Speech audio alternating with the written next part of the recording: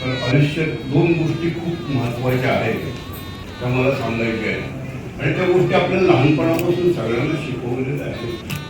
पहिली गोष्ट म्हणतो एक कोला गेला आणि त्या द्राक्षाच्या वेलापाशी उड्या मारायला लागला आणि उड्या मारता मारता तो इतक्या उड्या मारत होता तो म्हणजे शेवटी जाऊ दे म्हणून ते द्राक्ष आंबट आहे. आपण आयुष्यात वागताना द्राक्ष आंबट नाही म्हणायची, आपण त्या द्राक्षाच्या घोसावर उडी मारायची. इतके प्रयत्न करा, कधी आयुष्यात अयशस्वी होणार नाही.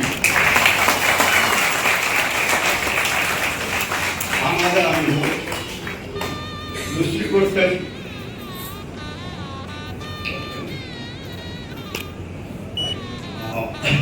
एकलव्याची. एकलव्य हा महाभारतातला धनुर्धर होता. हा धनुर्धर होता, त्याला द्रोणाचार्याने कधीही शिकवलेलं नाही, पण तो एकलव्य सर्वात श्रेष्ठ आणि अर्जुनासारखा श्रेष्ठ धनुर्धर होता. तो का झाला? तो हे स्वतः शिकला. तेव्हा आपण आयुष्यात जी गोष्ट करणार आहोत ती स्वतः शिकली पाहिजे. कुठे धोके आहेत ते पाहिलं पाहिजे, ते धोके टाळले पाहिजे. नवीन काय शिकता येईल ते शिकलं पाहिजे आणि ते शिकून आपण स्वतः आत्मसात केलं पाहिजे. हे ज्या वेळेला माणूस स्वतः आत्मसात करतो त्याच वेळेला तो यशस्वी होतो. एक लक्षात ठेवा, ह्या नवीन कॉलेजच्या युगामध्ये कोणीही तुम्हाला शिकवत नाही. तुम्हाला स्वतः शिकायचं आहे, स्वतः पुढे जायचं आहे. तेव्हा स्वतः पुढे जाण्यासाठी स्वतः कष्ट करा, निश्चितपणे यश मिळतं. हा माझा अनुभव आहे. आणि आत्ताच आमच्या जावाने सांगितलं, मी क्लासपासून इथपर्यंत आलं आहे. याला कारण फक्त हे की स्वतः कष्ट करून स्वतः शिका. जिथे कमी आहे तिथे आपण उभे राहा, ते सर्व शिका, निश्चितपणाने यश मिळतं. एवढंच मला सांगायचं तुम्हाला की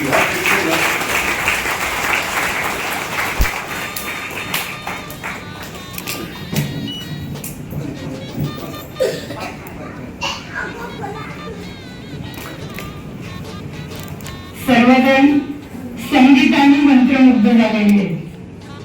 तसंच जेवणाची जी वेळ झालेली आहे त्याच्यातही ते वाट पाहत आहे. तरी सुद्धा सगळ्या आबाल वृद्धांची परवानगी घेऊन दोन शब्द मी बोलणार आहे आणि त्याला तुम्ही संमती द्या. आणि मूकसंमती आहे हे गृहीत धरूनच मी बोलणार आहे. आतापर्यंत जी काही भाषण झाली किंवा मतप्रदर्शन झालं ती सगळी नाती रक्तातून आलेली होती. पण आमचं जे नातं आहे अतिशय युनिक नातं आहे. हे व्यायांचं नातं आहे. आईंच्या डोळ्यातली माया आणि भाऊंचा खरारीपणा, मुलांच्या मागे समर्थपणे उभं राहण्याची त्यांची वृत्ती हे पाहून कन्यादान केलं आणि हे व्यायांचं नातं जोडलं. त्याप्रमाणे त्यांच्या स्वभावाप्रमाणे ते व्यवहारी आहेत, परखड आहेत आणि त्या स्वभावाचं अनुभव तोडून घेतलं. पण त्याच नात्यामध्ये एक दुसरं नातं आहे, सोयरे ते आमचे आणि ते फक्त आमचीच सोयरे. की सोयरे याचा अर्थ कसा? सोय जाणून ते सोयरे. 21 वर्षांचा हा अनुभव आहे. एकही प्रसंग असा झाला नाही की त्यांनी आमची सोय बघितली नाही. आणि आपण जन्मजन्मांतरीचे जसे काही जवळचे नातेवाईक आहोत अशा पद्धतीने त्यांचं वागणं आहे. पंक्तीला बसावं आणि संगतीला राहावं आपलं व्यागीपण आणि त्यांचं सोयरेपण ते सिद्ध केलेलं आहे. आज खरोखर धन्यवाद की सुनील सासऱ्यांचं सहस्रचंद्रदर्शनाचा कार्यक्रम सगळ्यांनी मिळून साजरा करावा. तर प्रत्येक व्यक्तीला असं वाटत असतं मी जगलोय, मी बरंच काही केलंय. माझ्या भावना मी माझ्या कृत्या व्यक्त करतो की मी याच्यासाठी हे केलं, त्याच्यासाठी ते केलं. पण त्याचं सीमांकन केलं तर त्याचा आनंद खूप मोठा असतो. तेव्हा आजचा सहस्त्र दर्शनाचा जो कार्यक्रम आहे तो थोडासा समावलोकनाचा आहे की मुलांनी, आपल्या शेजाऱ्यांनी, आपल्या नातेवाईकांनी आपल्याला कोणत्या पद्धतीनं ओळखलं आहे आणि कोणत्या नात्यातनं ते आपल्यावर प्रेम करतात. तेव्हा निश्चितच हा आनंदाचा आणि त्यांचा कौतुक करण्याचाच कार्यक्रम आहे. सहसा नात्यातले लोक थोड्या पैशापर्यंतच नातं जोडतात, ठेवतात, सगळ्यांशी जोडत नाही. पण आमचं हे नातं इतकं दृढ होऊन गेलं की माझे पुतणे हे सुद्धा या घराशी इतके समागम झाले की सोनालीचं घर म्हणजे आपलंच घर. जसं जगाच्या पाठीवर एक ओळख याची आहे गाण्याची, जो आला तो रमला. त्याचा अर्थ थोडा वेगळा आहे, पण इथे मात्र जो भाऊंच्याकडे आला तो उठलाच झाला. तो त्यांचा नातेवाईकच होतो. मागच्या वर्षी एका लग्नामध्ये किशोरचं लग्न झालं. खरोखर असा प्रश्न होता की आता कधी होणार, कसं होणार. पण ते लग्न सुद्धा जसं काही त्यांच्याच घरचं आहे, गायांच्या घरचं आहे, यांच्या मागे आपण उभं राहिलंच पाहिजे. या नात्यातलं ती सगळी मंडळी खरोखर इतक्या प्रेमाने उभी राहिली की आज आमच्या सुनबाई सुद्धा भाऊ नाही, आपलेच सासरे, ताईचे सासरे ते विसरूनच जाते. इतक्या प्रेमळपणाने ती येते आणि बोलते सुद्धा. आणि हा जो त्यांचा गुण आहे ते परखड आहे. चुकलं तर बोलायला अजिबात मागे पुढे पाहणार नाही. पण दुसऱ्याच्या दुःखाच्या प्रसंगी त्यांच्या डोळ्यात, आपल्या आई त्यांच्या डोळ्यात पाणी, इतके ते सहनशील आहे. आणि म्हणून त्यांच्या डोळ्यातली सहनशीलता, आईंच्या डोळ्यातली माया आणि मुलांच्या मागे समर्थपणे उभं राहण्याचं त्यांचं कर्तृत्व हे बघूनच करणाऱ्यांची गरज. आज हे सांगताना मला कृतकृत्य झाल्यासारखं वाटतं की सुनेचं कौतुक सासऱ्यांनी करावं आणि सासऱ्यांचं कौतुक सुनेनी करावं.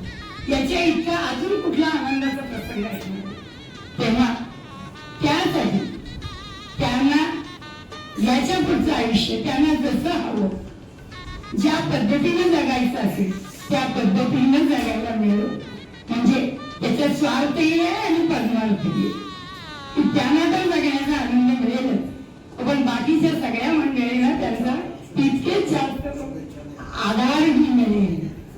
तेव्हा आपल्या सगळ्यांच्या आपण आशीर्वाद देणे इतके मोठे नाही, पण शुभेच्छा देण्या इतकी आपली पात्रता आहे. तेव्हा परमेश्वराजवळ त्यांना आरोग्यपूर्ण असं उदंड आयुष्य लाभो. Being old is mandatory, but living old is optional. तेव्हा ते त्याप्रमाणे जगतात. त्यांनी तसंच जगावं ही परमेश्वर चरणी प्रार्थना. धन्यवाद. एकदा यांच्यासाठी जोरदार टाळ्या वाजवा. तुमच्या लक्षात आलं असेल या कोण आहेत? सोनालीची आई. बघितलं का, माईक दिला की थांबतच नाही. मग आता त्यामुळे मला माईक न देणं हेच माझ्या हातात आहे. कारण सगळ्यांना रात्री 11 वाजतील. प्रत्येकाला बोलायची आणि ऐकायची इच्छा असेल तर माझी हरकत नाही. पण माझी इच्छा आहे की आपण सगळ्यांनी आपल्या भावना व्यक्त केल्या आणि या भावना मनापासून व्यक्त केल्या.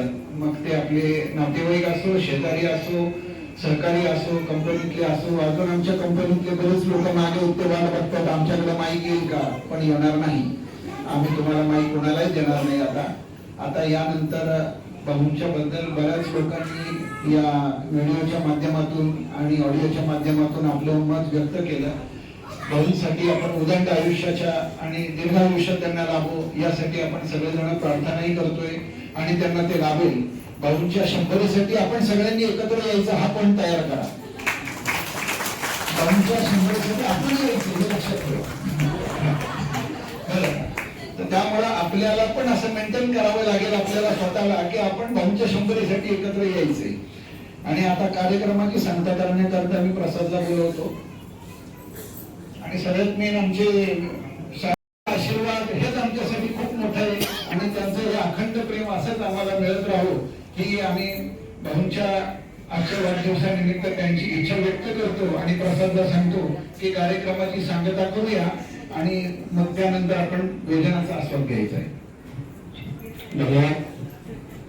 मी प्रसाद, कार्यक्रमातले माझे कंपनीतले जे सहकारी आहेत त्यांच्याकरता सोमनाथ. आज आपण बाबांच्या सहस्त्रचंद्र दर्शन सोहळ्याच्या निमित्ताने जमलेल्या सर्व नातेवाईक, मित्रपरिवार आणि आलेल्या पाहुण्यांचे मी मनापासून स्वागत करतो. आभार व्यक्त करण्यापेक्षा तुम्ही सर्व आमच्या विनंतीला मान देऊन येथे अगत्याने आलात त्याबद्दल तुमचे शतशः धन्यवाद. आमच्या बाबांच्या पिढीबद्दल जर बोलायचं झालं तर या पिढीबद्दल बोललं तर तेवढं खूप कमी आहे. या पिढीत आमच्या बाबांबरोबर माझ्या दोन्ही आत्या आहेत, आमचे काका आहेत, माझ्या सासूबाई आहेत, साठे साहेब, विमल काकू, समय काका यांसारखी सर्व ज्येष्ठ मंडळी आहेत. माझ्या दृष्टीने ही पिढी जी आहे ही सर्वात सुखी, समाधानी आणि कष्टकरी पिढी आहे. तर कष्टकरी याकरता कारण या पिढीचे इतके कष्ट कोणीच केलेले नाहीये.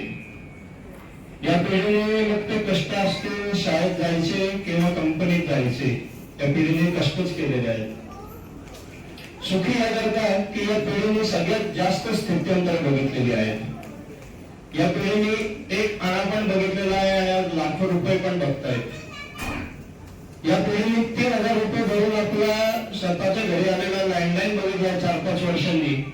आणि आज हीच पिढी जी आहे ही इतकी टेक्नो सवय झाली आहे की मोबाईलवर आणि OTTवर आरामात सगळे न्यूज हे करतात. या पिढीने गावाकडे स्वतःच्या 4 खाण्याच्या घरात पण राहिलेले आहेत आणि आज पुण्यासारख्या ठिकाणी एवढं स्वतःचं प्रचंड मोठं घर पण बांधलेलं आहे. अजून बऱ्याच गोष्टी सांगण्यासारख्या पण मित्रांनो आपल्याला वेळ खूप कमी आहे. समाधानी म्हणजे या पिढीचे इतकं समाधान कोणच नाहीये.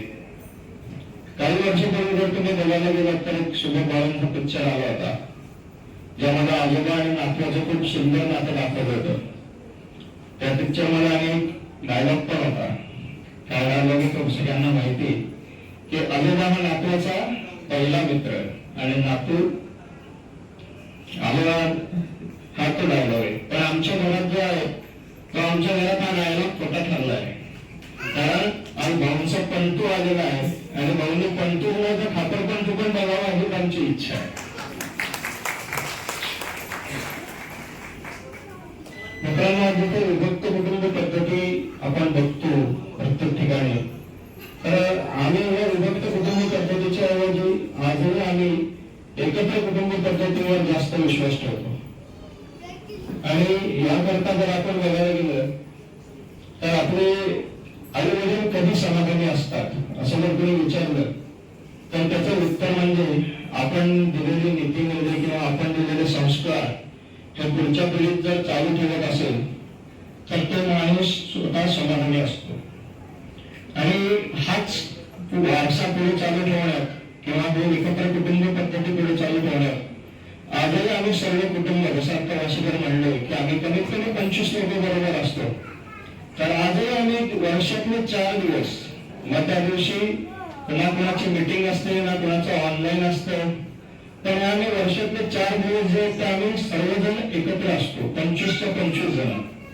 आणि हे दिवस म्हणजे 26 जानेवारी, 1 मे, 15 ऑगस्ट आणि अजून एक 4था दिवस आहे जो म्हणजे अतिशय खास आहे.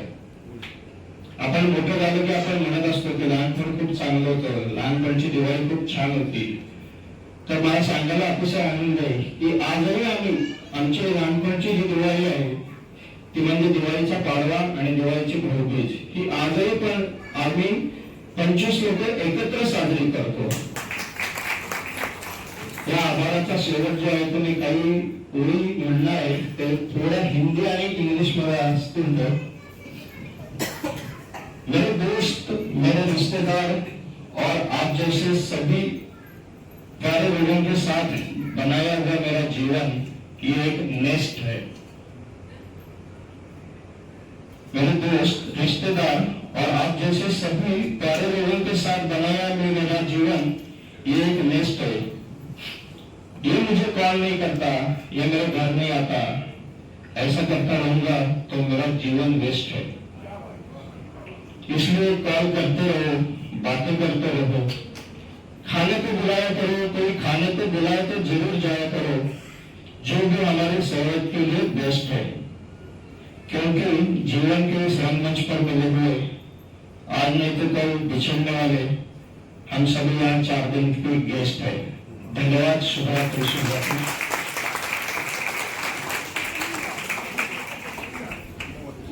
आपल्या सर्वांना विनंती आहे की आता या कार्यक्रमानंतर आपण सुबरास भोजन ठेवलेलं आहे, त्याचा जरूर आस्वाद घ्यावा. कोणी आस्वाद घेतल्याशिवाय द्यायचं नाही.